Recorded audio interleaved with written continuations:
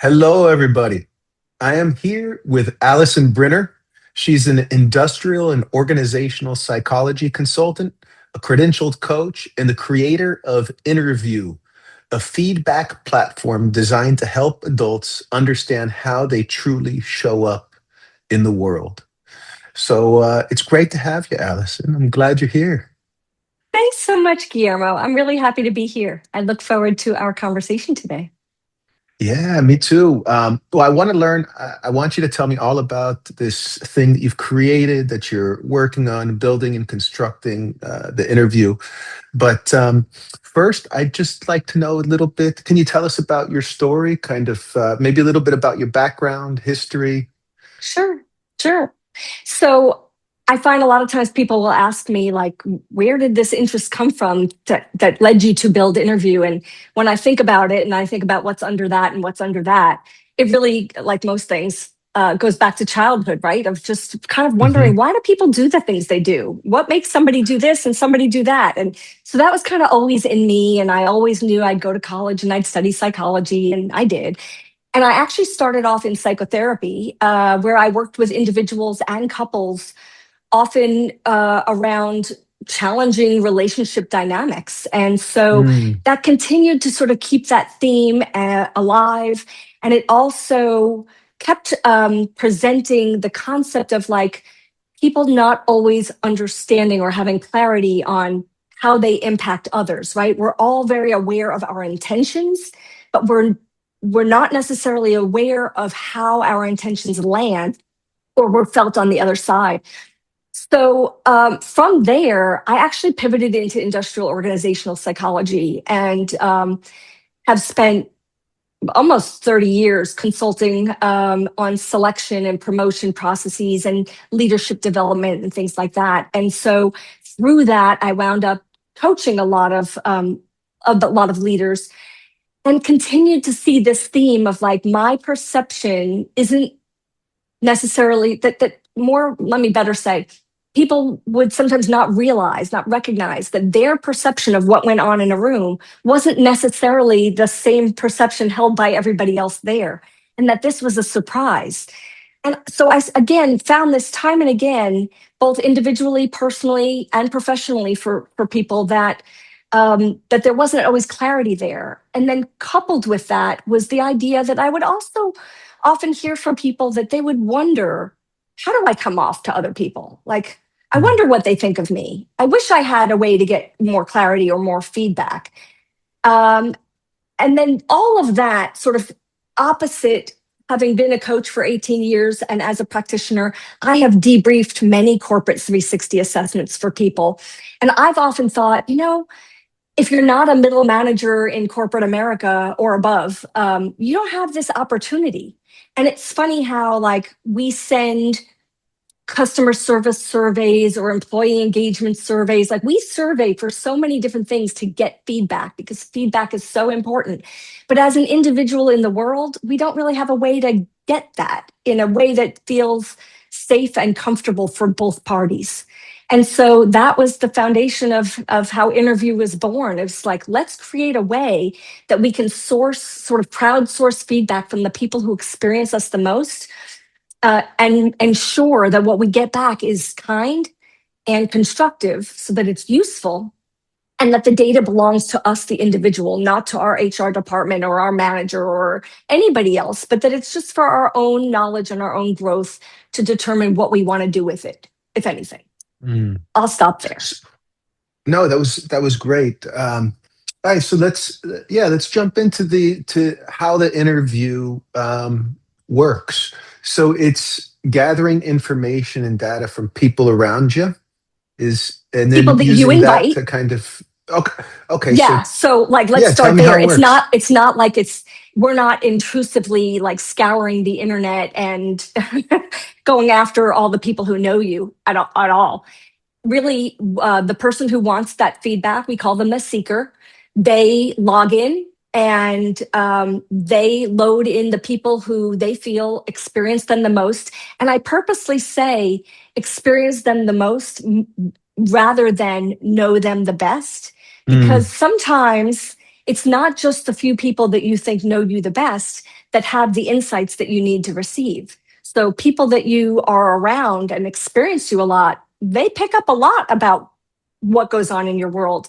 And they often know some things about why you're having difficulty on the dating scene, why you're having trouble getting the promotion or the, getting called back for the next job interview or whatever it is. People who experience you a lot start to have some sense around what's going on there. So you load in the people who you feel experience you the most, and that could be friends, family, colleagues, clients, mentors. It might be your book club or your pickleball partner. It could be your exes, depending on your relationship with them. And the system then invites them to provide feedback for you, and Mm, sends them reminders, little nudges, to help them complete the process. And then once your data is in, we recommend people wait till they have at least 70% respondents before they generate their report. And then they can see there. And it really, I think it's so important to say, it's not just blind spots like, here's where you go wrong. There really are great opportunities within the system to learn, how do I show up when I'm at my best? And what do people see there, right? Or, how do I contribute to others in a way that maybe I'm not aware of? Or what is one of my strongest skills that maybe I don't give myself enough credit for? So I get to learn some positive things about how I show up in the world, not just, maybe what gets in my way. And then once you have your report, you can either work with a coach, do some debrief, you can get some coaching, or you can go self-guided. And we have a whole knowledge base in the background where there are a load of resources, from 45-second videos that just kind of help you learn a skill that maybe you want to develop, whether it's you need to amplify it or maybe turn it down. It might be that you do a worksheet that kind of expands your not only viewpoint, but also helps you get ready to start practicing some new skills. There are some podcast links, there's some books recommended, like just a bunch of resources to help you grow in the things that matter to you. And I think that's the biggest part of it, is nobody's wagging a finger at you, telling you you're wrong or bad. This isn't a verdict on who you are. It's not your identity. It's just how mhm. people are experiencing you. And why be the only one who doesn't know? Yeah, it's really interesting what you've created. Do the people giving the feedback that you invite, is the data, is the readout that you get, does it tell you where the information came from? Is it anonymous? How does it It work? is anonymous. So thanks. That's a great question. What we do, so for anyone who has been involved in traditional 360s, they would know that when people write in narratives, they see it verbatim. At InnerVue, we don't do that. Now, because of AI, we're able to preserve the message while removing the voice, any harshness, any negativity. And so, no, you don't know who said what. And I'll give you an example. If somebody were to write to me, and let's say they said, Allison never shuts up. You can't get a word in edgewise. It's so annoying to be around her. That could be really hard to read and receive. And I can understand why people would be hesitant to want feedback if that's what they had to face. What InnerVue does is it changes it to something more like, consider pausing when in conversations with others to allow for more inclusive input. I get the message. Oh, I should shut up more. I should allow others to communicate more. I might maybe should invite people to participate in conversations, but it didn't have to be an attack on my being. And so it's Mm, much gentler and kinder to receive the feedback. I get to have the wake up about what I need without hearing somebody else's, tone or like lack of uh, lack of kindness, without having to get, kind of maybe baggage that's mixed in there. So that's how we keep it anonymous. And I think that because those people who provide feedback, we call them viewers, because they can see, they hit the AI refine button and they see what their message turned uh, into. They can ensure, yeah, that's in line with what I mean, so that we're not like putting words in their mouth that they don't agree with.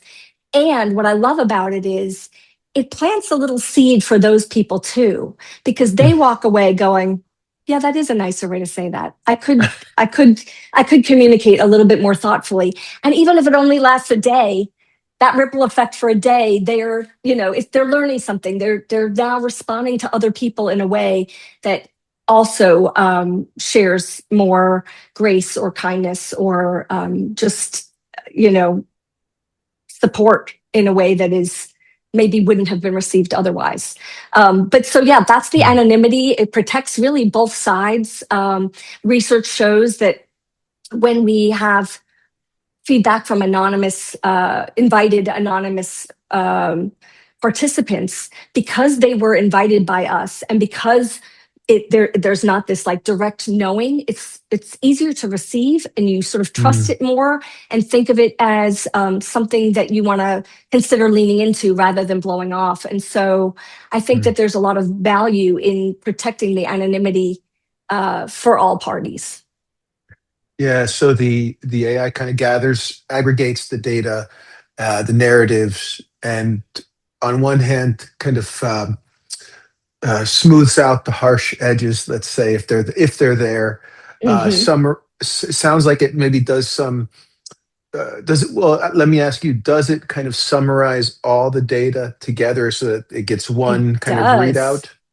So you get both. You get a paragraph that says, here's the patterns we saw across your viewers. And I think there's so much value in that because one person's opinion is just an opinion. Five or eight people saying, you know, maybe your issues with trust get in the way of you having new relationships. That's data, when it's coming from that many people. And so you do get a paragraph that says, here's patterns that we received from mining your viewers. And then you also get the AI refined comments to each of four questions from all of your people. You don't know who said what because it's AI language of their message, not their language. But you get both the patterns and the individual responses. Okay, so you get both sides of it. That's Hmm. beautiful. I like that, so you can see the patterns. I think is really useful. Uh, are the How did you come up? Well, what does the viewer get? Do they get like an assessment, or is it just long form questions? How many do they So, get? You know that. right. So the first portion, the whole thing takes 10 or 15 minutes, depending on how thoughtful one wants to be. So it's not very long, but the first portion is answering questions and you're selecting a numerical value. It's on a 1 to 5 scale across 14 different skills and behaviors that we know are pertinent to success, both personally and professionally. So it can be skills like communication or encouragement. It might be things like time management, humility, authenticity, could be your positive outlook or your personal drive, conflict resolution skills. There's a whole variety. So people are answering questions about each of these 14 different skills and behaviors. And then they have four narrative questions where they're able to write in as little or Mm. as much as they want. Hit the AI refine, they can read it over, make sure it's representing what they want it to, and then they click submit. Oh, So cool. that's the experience of the viewer. And then How did viewers you? actually get a discount if they want to then go do their own. A little pop up happens that say, hey, if you want this for yourself, if you want to find out how people see you, you can do that too. So. Well, after the AI refinement tells you, hey, maybe you shouldn't be so harsh. You might want to do this thing yourself. Uh, how did you come up with the survey questions? Well, I have spent almost 30 years developing tests for big government organizations when we're looking to select important roles, whether it's federal law enforcement or foreign service officers. And my whole job has been, let's look at what makes success and how do we test for that? What kinds of questions would we need to ask to elicit the Mm, right kinds of responses? So I did a lot of, sort of, it was a combination of research on a variety of things, research around self awareness and other awareness, sort of learning about the introspection illusion and where our limits are in terms of, we have the privileged access to our intentions, but other people have the privileged access to the experience of being around me. And neither perspective is really complete by itself. So, what would we need to ask in order to sort of close that gap and create a holistic picture? So the individuals all do a self-assessment, and they're rating Mm, themselves on those same questions. And so part of what you get is not just how do others see it, but you also get to see the alignment or gap between how you see yourself showing up and how they see you showing up, because that's an important element as well. And so it was really just coming from that perspective of what do we need to know in that sort of self-other mm, agreement? Where's the limit between how I can see myself and where does it mesh with the piece of data I can't possibly know, and that is what's it like to be on the other side of me. And so it was also research around what are the elements that really help people, the most successful people, be successful. And that doesn't mean mm, by professional industry or vocation, right? It's sort of that sense of success in life. And these 14 elements are the ones that sort of raised to the top for me, that were the most important to get information. So not just things like communication, but also things like altruism or authenticity or humility or humor. mm. And so we ask about all sorts of questions to help support that. Uh, so a long career of doing this on one hand and being steeped in the research and seeing what works and what doesn't, and you were able to kind of crystallize that into this method that you are using. Yeah, Beautiful. yeah.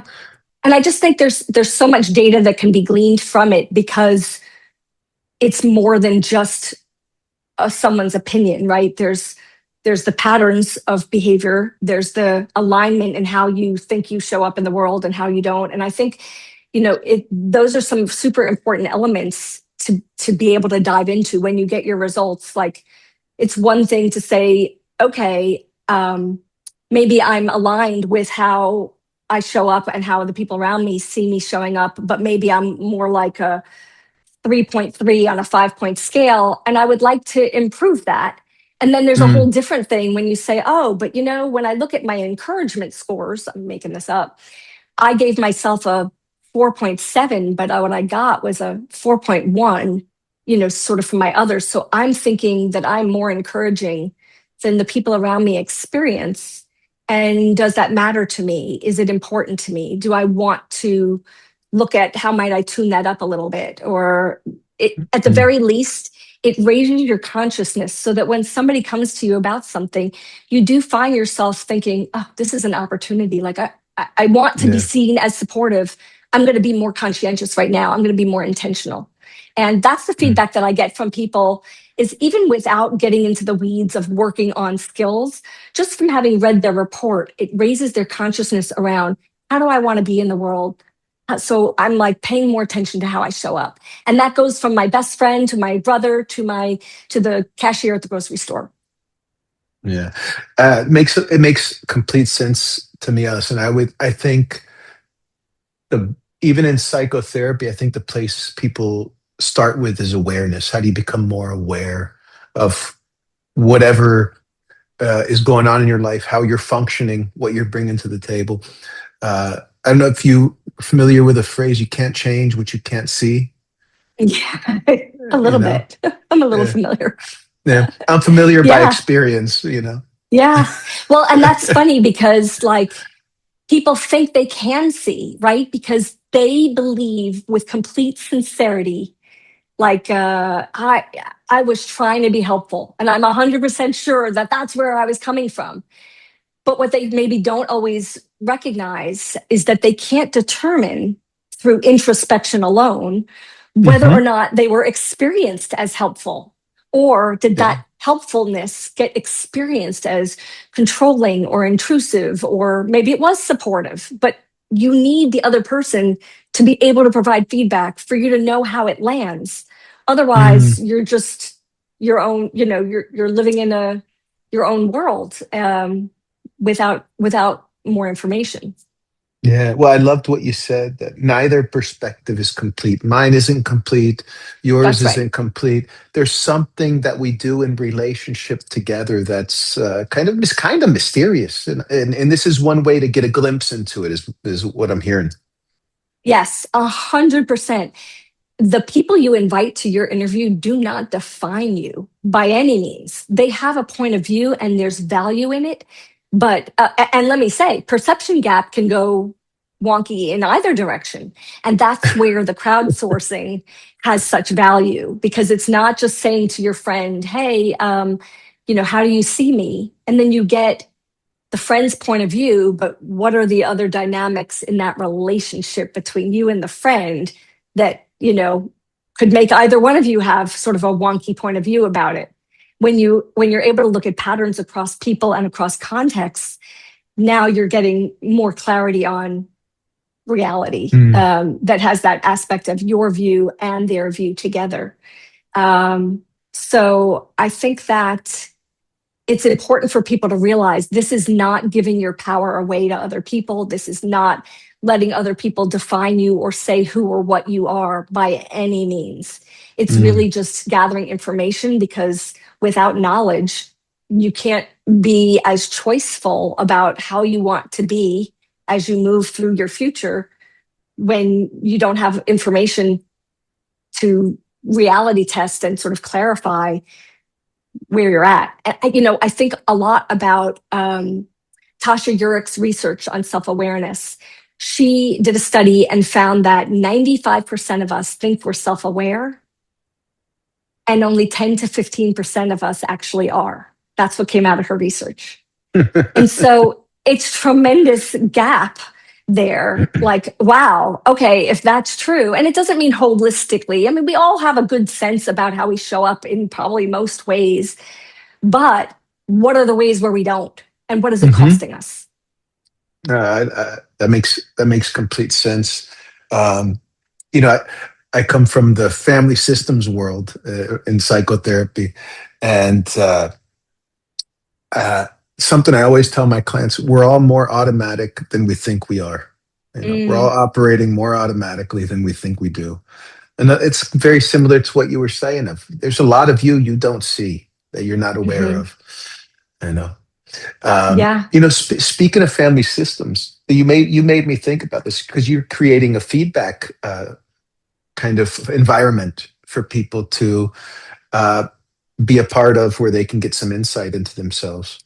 Uh, I think that's one of the things people discovered about families in the 40s and 50s, or Mm. rediscovered maybe this idea that they're feedback systems. Relationships are inherently feedback systems. And I think that's what we're built for as humans, is to be in relationship with each other. And that's how we grow. We can't, because that's how you get the feedback to grow. And it sounds like this is what you're doing.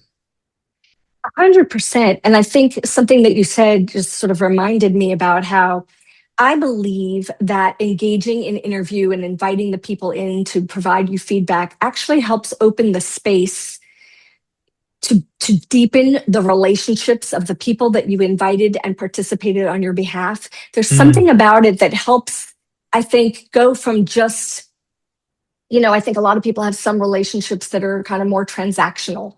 And when you invite somebody and say, hey, your perspective matters to me, and it's an important element to my gathering more holistic feedback, there's something in that that helps the relationship go, I feel like, from transactional to relational, when you're willing to share. Not that you have to reveal your whole report, but like, hey, thanks for doing that. I learned X, something. I learned that I'm, um, you know, get a little frazzled with composure, when I'm tired or stressed or whatever. I didn't realize how much my composure in those circumstances is having an effect on people around me. And I'm really appreciative for the feedback that I got. And we don't know whether you personally gave me that feedback or not, but I'm sharing something about myself. Or maybe I'm sharing, I had no idea that I was so funny. I don't think of myself as humorful. And yet, everybody who, I got such high scores. Or it might be that you discovered, wow, I didn't know people found me so funny. I rated my humor scores and was surprised there was such a big gap because across my raters, they rated me so much higher. And I think that when people find hidden strengths that they didn't realize that other people saw in them, it helps improve their self-confidence. It helps them, just sort of see themselves more realistically in ways that improve how they show up in the world, just in how they feel inside. And you were saying something about family systems.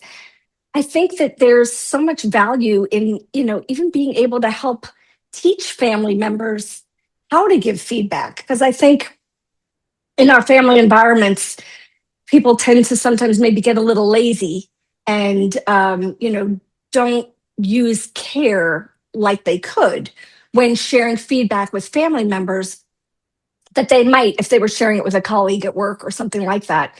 And so even just kind of going through this process again helps raise awareness, like, and you're able to set categories. There are categories in the InnerVue system. So we don't use categories like family or friends. We use inner circle, wider community, because you might feel your family is not your closest people. They might not Mhm. be your inner circle. And so you don't have to just group them together that way. But this way, you're able to sort of see differences in scores across, your mentors and leaders, maybe the people you work with, your inner circle, your wider community. And you're able to see the differences in scoring because sometimes that helps you go, okay, I can see, I obviously have these skills because I use them with this group, but maybe I've been a little bit more lackadaisical and not showing up as my best self with this other group. And if that's not how I want to be in the world, if that's not where my values are, it helps make me more aware. Like, come on, I make the effort to be a little kinder or to be more supportive or to be more timely or whatever it is in other areas. I have the ability. I could do it here too. And it just helps raise the consciousness around the people that you're exposed to. Kind of, yeah, it puts a mirror up to the way you kind of are engaging in these in from sphere to sphere in your life. Yeah. Yeah. You know, um, it's something that I recommend for adults. I don't really recommend for children. But family systems can exist in adult families too. And I do think there's something, even in couples in relationships, there's something that helps intimacy when you're able to share something. It doesn't have to be your most vulnerable thing, but something from your report. It helps you connect and talk at a deeper level about like who I am and what is important to me. And I want to know more about who you are and what's important to you. What's Mm. something you learned that you want to practice? And I'll share something I learned that I want to practice. Um, it helps one another hold a little bit of accountability. It kind of helps put relationships front and center as something that matters and is not just something we do on autopilot. Yeah, and I think that's definitely um, making the fact that relationships are important more prominent is something we need in the world right now. Yes.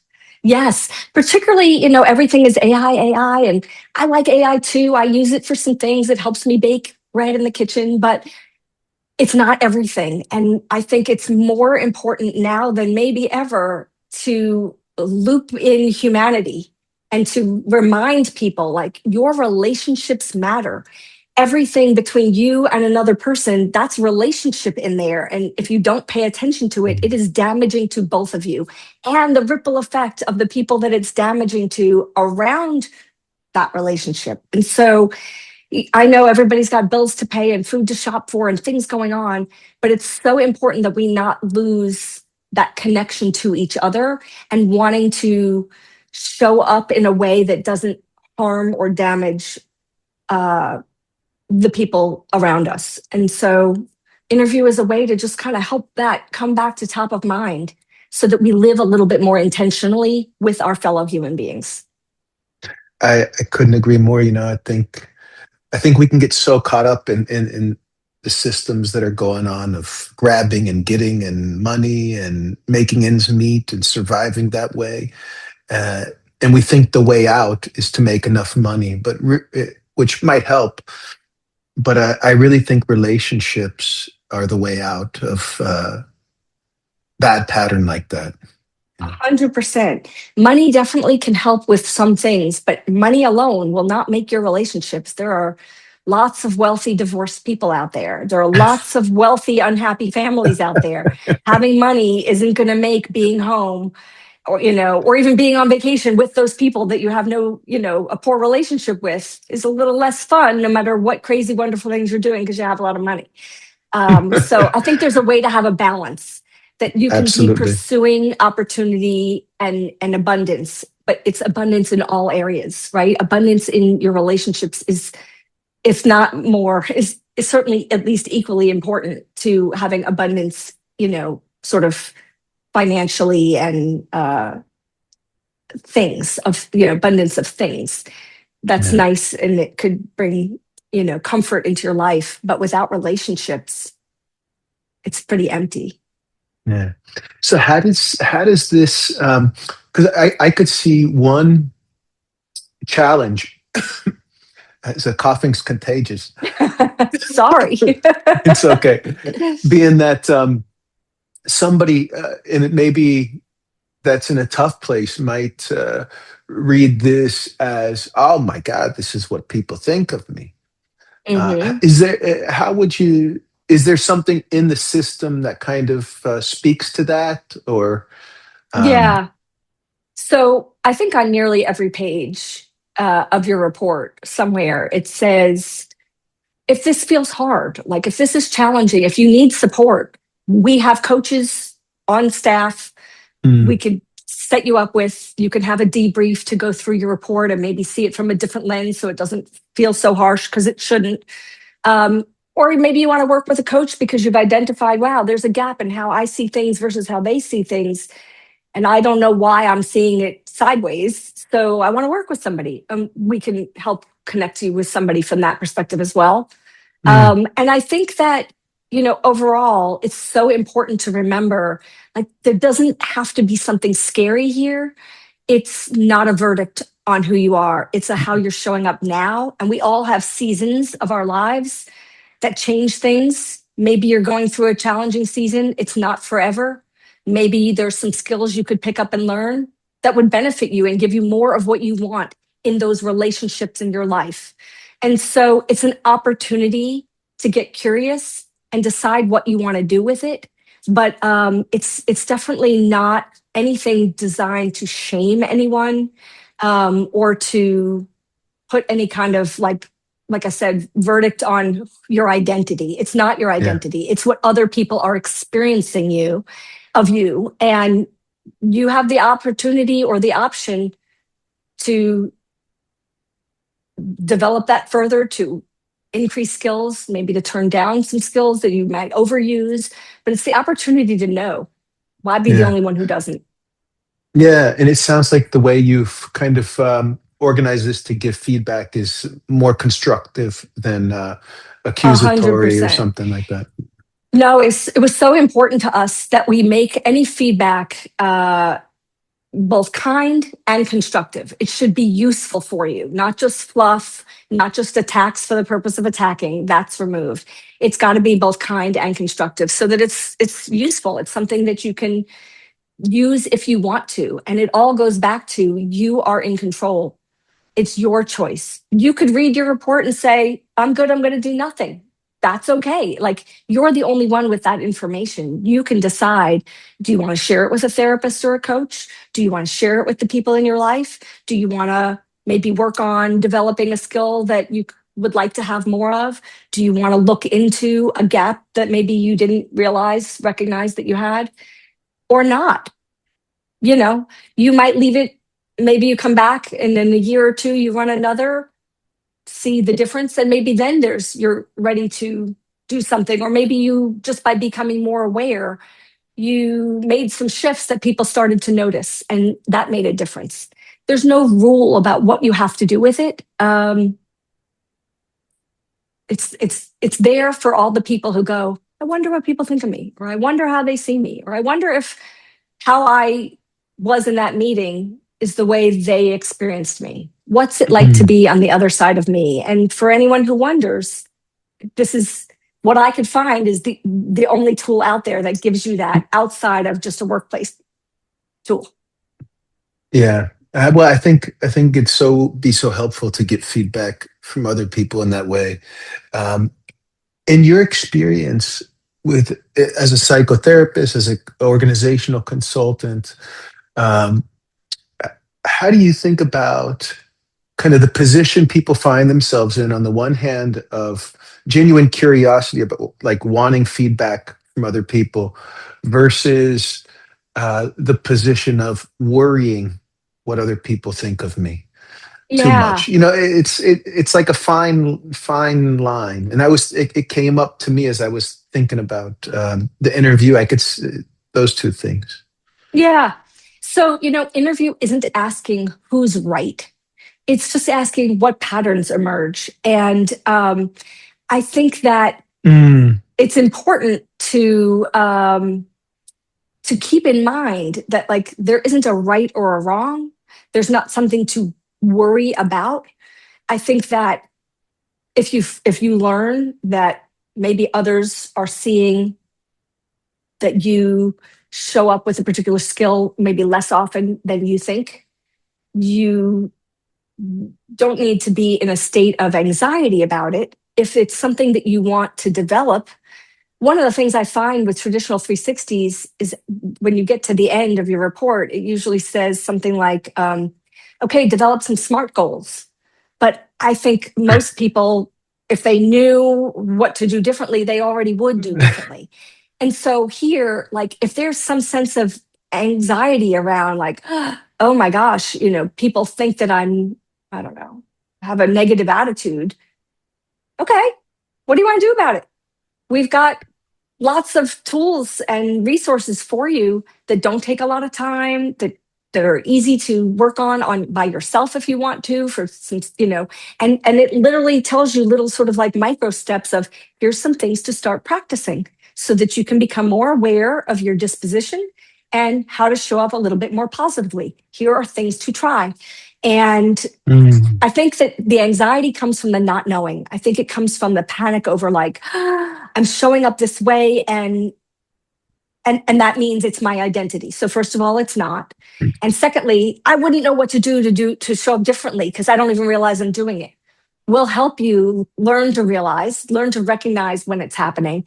And here's some steps to start practicing and not to mm, expect that you're different tomorrow because you flipped a switch or something, but that practice takes time and to give yourself the grace of that time to practice it and develop those skills. Everybody has to start somewhere. And I think that by having resources that give you step by step tools on how to develop skills that maybe you wish you had, it really helps provide a lot of comfort and remove the stress. mm. Look, it sounds like it can really, in anonymizing the data, it kind of can depersonalize it to a certain extent. You know, it's coming from the people you asked, but it gives you some Mhm. distance from it and can maybe that distance kind of clears up some of that, minimizes the anxiety about it to some degree because it's not coming from a particular Yeah. individual that I'm anxious in this relationship about something. I would guess that the anxiety comes more from being stuck than it does Mm, from needing to tune something up or to uh, employ kind of new ways of being. And I think it's important to note that feedback can lead to change, but receiving feedback alone doesn't magically make you different, right? You have to so, go, with awareness, transformation or growth is mm, possible, but you have to be intentional in order to get there. So I think that anxiety comes from being stuck and not moving. mm. So it can the fact that you get the data, you get the awareness, but then you also have something to do, Yeah. and the worry gets changed into action. It Yeah. can Yeah. anyway. It can, right. When okay, I'm doing sort of tested, approved steps to help me, show up differently in a way that is in line with what's important to me and how I want to impact the people around me. You know, that allows you to feel like, okay, I can have some confidence that I'm moving the needle. And it really is a way of recognizing that I'm being in relationship with the people around me, kind of looping back into the systems work, right? It's like when I make an effort to use my prior example, be more positive, or maybe more encouraging, or maybe I'm, managing my composure when I'm stressed. When I'm doing that, how is my management of it and making conscientious choices around it? How is that impacting my relationship with the Mm, person on the other side of the table from me? And it's that space between us that I'm impacting. I'm building. Maybe I'm now making better deposits into the emotional bank account in that relationship. And so I'm shifting the dynamics between us because I'm putting in more intentional effort around how I want the impact to be. It's something that actually has come up for me with coaching clients quite a bit, is the idea of like before you, whether it's go on a date or have a meeting or get into a conversation with somebody in your life, to be able to be sort of preemptive and intentional around what is the impact I want to have? Like, what do I want their great takeaway question. to be when they leave me? And it's not just like, oh, I want to close the deal. I want to have the sale. I want them to agree to a second date. It's not that kind of impact. It's like, what is the impact I want to have on that human? What do I want that person to feel about having Mm, spent time with me? And when we start to be more intentional and thinking about that in advance, we have far different outcomes when we walk away from people, when we're really get clear on, how do I want to impact this relationship? mm. I love that question. How do I want the other person to experience me, and how do I want to show up in that Mm-hmm. relationship? Um, I really take to this idea of the information helps people do something different. Mm-hmm. One of the things I love to do with my clients when they've been thinking about something or something comes up new, a new insight. Well, what do you want to do about it? What Mm-hmm. experiment can you run in your life? In what relationship would you work on that? If it's Yeah. being more positive, whatever it is, uh, where could you Yeah. experiment with that? And it sounds like this is really helpful in that way. I think that, one thing when people talk about self awareness or self knowledge, what doesn't get talked about is like sort of the sister to that, which is other awareness.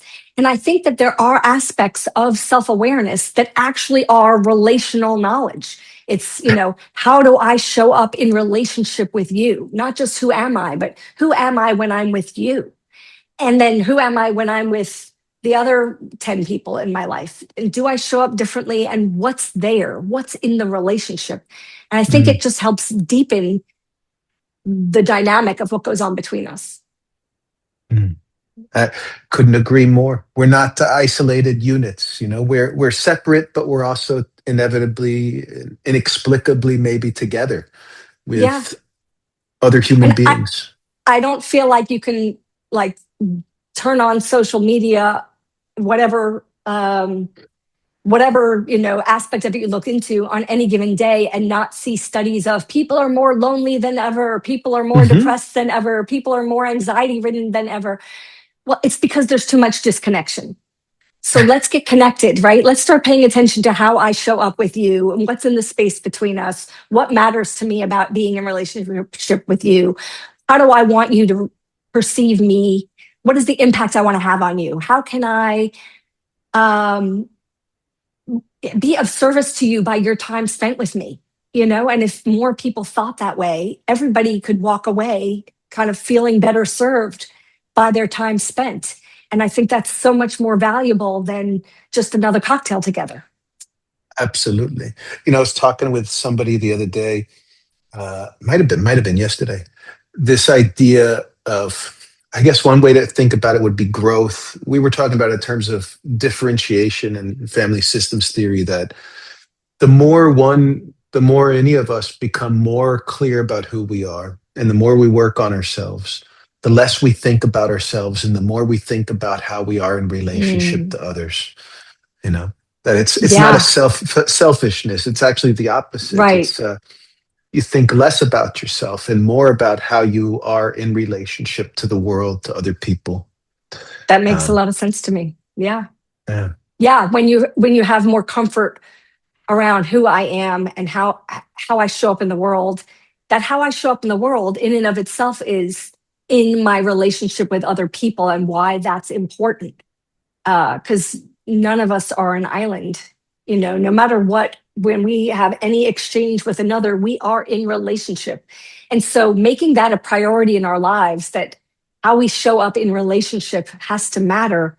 uh, it's got to begin with getting some data around the other side of that table. How do they think you're showing up? Right? It can't just be my perspective. Is there an optimal number of invite viewers? Uh, Mhm. So we say you should, we recommend you invite anywhere between 8 to 30. We actually have a cap at 30. We recommend a minimum of 8 because you can't generate a report without a minimum of 5.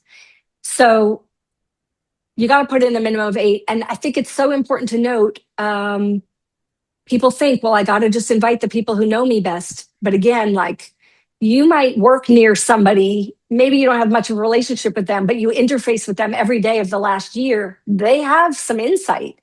And there's plenty of places, on the 1 to 5 scale, if something just completely doesn't apply, you can click NA for not applicable.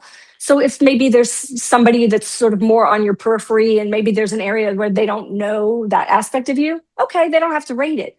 But the more people that you invite, the more data you have, the more material your patterns become. okay, wonderful. Um, I think that's so 8 to 30. I can see 30. Anything beyond 30 would be too much data, maybe something You something like know, that. I think that once you're beyond that, you're It's a really little getting into the anxious. Yeah. periphery. Like somebody who sees you once a year, or twice a Yeah, yeah, year. yeah. Once you're at 30, I think, the patterns are going to be pretty clear at that point. Yeah. The exercises that you have for people to try to work on behaviors or Yeah. skills, um, are those things that you've just developed over time? Did you draw on anything in particular, or? I would say, yeah, I would say both. Both of those things are true. Some aspect of it is developed over time. Some aspect of it is things I've seen from grad school or from reading books or from, coaching programs I've been in, where you pick up things along the way, you customize a little here or Yeah. there. There's, on some level, there's a finite amount of things you can do, exercises that you can do. And yet there's also an ever growing array of books and workbooks and workshops and things out there. So, Yeah. not to say that this is the end all be all. I'm sure we will continue to create more materials for use. But yes, it's just sort of a compilation of my experience in professionally in this world and my exposure to other sources. Yeah. Yeah. Yeah. So you really created a tool for the everyday person to get some Yes. insight into their life. Yes. I mean, from my work with 360s, I thought, gosh, this is so narrow. You only get feedback about the you who shows up at work in the role that you are in, basically, from your workplace people. And I thought, why isn't this democratized for everyone? Like, if you're not a middle manager or above in a reasonably sized company, you're probably never getting exposed to this kind of feedback. And what about all the solopreneurs? What about if you're a interior designer or a real estate agent or a hairdresser? Like, there's people that are exposed to you all the time, but where are you ever going to get feedback from? And like, it kind of doesn't make sense to me that there are, like I said earlier, customer experience surveys and all kinds of feedback surveys that pertain to the work world because it matters. So why would our humanity and our relationship with other people not matter? I don't know how it doesn't exist already, but I haven't found it. So I had to make it. Well, I think that's the entrepreneurial spirit. You know, if it's not there, I'm Indeed. going to make it. Um, Allison, so tell me about Allison when she was kind of in her own life I feel like everybody makes this transition where we worry what other people are thinking, and then there's a point where we start to realize it's just feedback.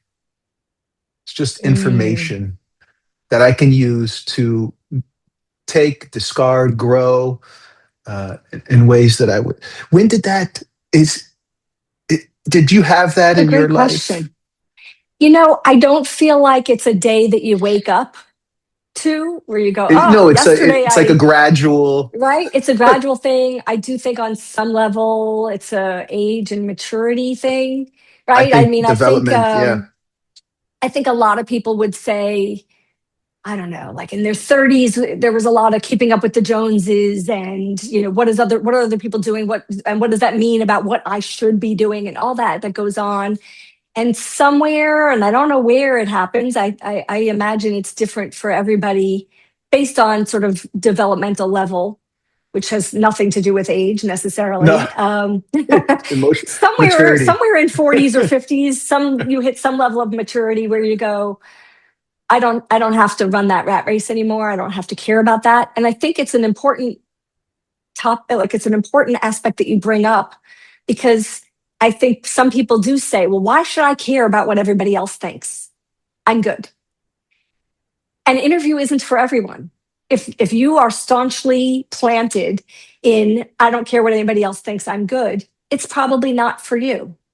But for people who are growth mindset oriented, who go, I'm just always working toward peak performance. I want to Yeah. see what I don't see, and I just want to continue to better myself. And I, want to be good with, God and my family and my community. And how do I make sure that I'm showing up the way that is meaningful to me? This is one way to find out. Mm, Yeah. love it. Yeah, so I So don't think I could yeah. I could say that there was a day. I think it was a progression. I think it happened over time.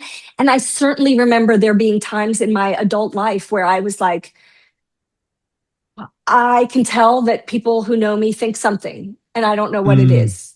And I'm not getting feedback about it. And I don't know how to ask to get that feedback, or they're not comfortable, or and that's part of it. Like we talked about the anonymity in the beginning. I know that there are people who feel like I could just go ask five friends, and they can just tell me what they see, what side of me is, great to be around, and where do I maybe, what circumstances maybe make me a little more prickly, right? And they'll just tell me, okay, that's great.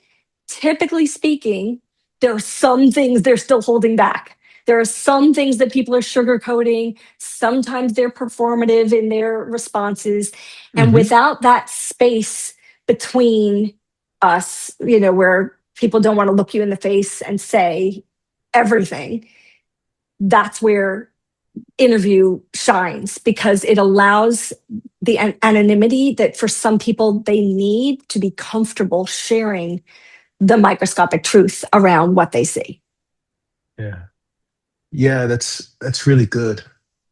I was also thinking of another way this might be useful. Another scenario would be, somebody that gets feedback, and maybe it's even I don't want to say positive, but it's feedback that says you're maybe this way, and that kind of grates against something in me, you know. Mhm. But that too could be good information, not in the sense that you have to change to adapt to the other, but that it just gives you clarity of, well, maybe this is still the track I want to be on because I believe in the direction that I'm heading, even though this person might not, it might not be for them. Yeah. I don't know if that's making sense. Yeah. Well, I Can think still help. sometimes that's It's an, not always about adapting to the it's information you get not back. That's what I'm for thinking. sure. And that's where I think there's value in the paragraph that shows you patterns versus all those individual comments to the four questions, because you might find that there's, maybe one comment, maybe two comments, whatever, to the individual questions where you don't know who wrote it, but you can see that somebody is saying something you do is annoying or whatever. If it's not showing up in the patterns, Mm, then it's more of an issue either for that individual or in the relationship between me and that individual. For whatever reason, mm, I'm intimidating to that person, even if I'm not to anybody else. They might still say, you come off intimidating, blah, blah, blah. So I might see something that indicates a behavior that the person doesn't like. But if I'm seeing that, in one place in response to those questions, and it's not showing up in the patterns, then I can say, oh, this probably isn't something for me to work on. It's something that mm. exists between me and someone else. Odds are, just to use this example, you probably have an idea of who that might be if you have this Yeah, kind of relationship with somebody that way.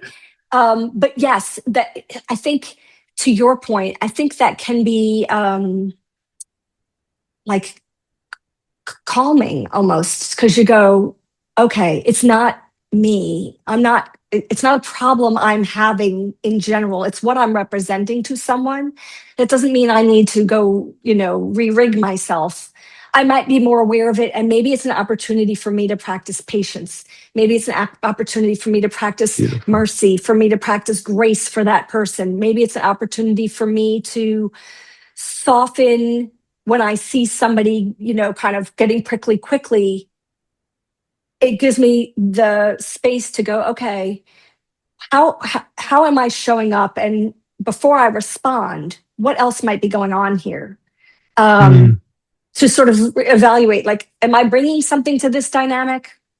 Because my research says this is not really typical of how I show up. So is it unique to my relationship with this person, or is this person having their own experience? And I can be kind. I can show up as my best self opposite that when I know. It's almost like it gives me validation. It's not that I'm holistically, and I'm just picking the word intimidating. It's, I see this person is reacting to me that way. So there's something in between us here. What do I want to do with that in this relationship? Because it's not something I holistically need to shift. Does that make mm. sense? It makes a lot of sense. I think what I had in my mind was this idea of we can be sometimes overly adaptive to Yeah. other people. And it sounds like one thing that you have the individual responses, but also these pattern recognitions, let's say, that can help not take the individual response so personally in a certain way that Yeah. oh, let me lay that against these broader patterns and Right. see okay, so it's maybe that's just in this place, and what do I want to do about it? Right. Is there And it something I doesn't, need to do about it, or maybe there's not? right. And it doesn't mean it's all you and you need to change something, but it's also an invitation. So this will come up sometimes with couples where, I don't know, maybe one says, like, you never listen, said no one in a relationship ever. But maybe the data you have is so much feedback about what a great listener you are. So is it that you maybe don't listen as well in this relationship and it's something you could tune up in this relationship? Or is it something going on for the other person, but because you love and care for the other person, you're not going to go, nope, you're wrong. Everybody else says I'm a great listener. You're going to say, okay, what is listening for you? My feedback would say that I'm a good listener in a lot of places. So how is it different here? And get curious. What's different in this Mm, relationship that it feels like I'm a bad listener? Because I actually have information that tells me I'm not generally a bad listener. So let's figure out, what does that mean? Because often there's an undertruth there. And listener might be representative of something else that the other person is labeling as listener, but Yeah. there's more there. And it's an opportunity to not get like hijacked of like, I'm a bad listener because he said I am, and more like, okay, wait, I actually know that's a skill that I have been told by a fair number of people that isn't about me. So there's something else going on here, and you're still open to responsibility from your part in it, but you don't Oh, have to get consumed with just like, I'm a bad listener. hmm. Yeah. I loved what you said, that it's an invitation to be curious. You know, Yes. it's not that, oh my God, I'm a bad listener, or I'm not a bad listener. See, it's that, okay, Right. something's going on in this relationship, and how can I get curious about it? It might not be about Yes. listening. It might be about something else going on in another place in the relationship, and it's just come Yes. manifesting that way.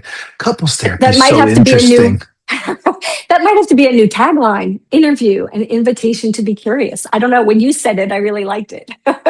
There you go. Um, so maybe just to close up, is there anything that you'd want people to know about either interview or some aspect of what we've been talking about, self-awareness, relationships, Mm. that maybe we haven't mentioned, that you'd want people to take away, to hold on to? Well, I think for people who come to your show, I imagine they have an interest in systems work. And as a result of having an interest in systems work, they have an interest in relationships and the relationships in their lives that matter to them. And really, interview is not even so much for you as it is a gift you give to the people around you, because you get curious and you learn something about how you affect them so that you can continue to affect Mm, them in the way that you mean to, and that what they receive is what you intend to put out there. So that's one thing, is it's a gift to the people you care about. And the other thing that I would say is you don't have to be scared. I don't think it takes a lot of courage. I think it just takes the will to seek to find out. I don't think anything scary is going to happen. Again, kind and constructive. Um, and you have the control over what you want to do with the information. And so I hope that your listeners will be inspired, will feel inspired to get that information and to find out mm. how they are aligned with the people who they are share their life with. It's a beautiful way to finish. Thank you, Allison. Thank you so much for having me on. Absolutely. Thanks for being here.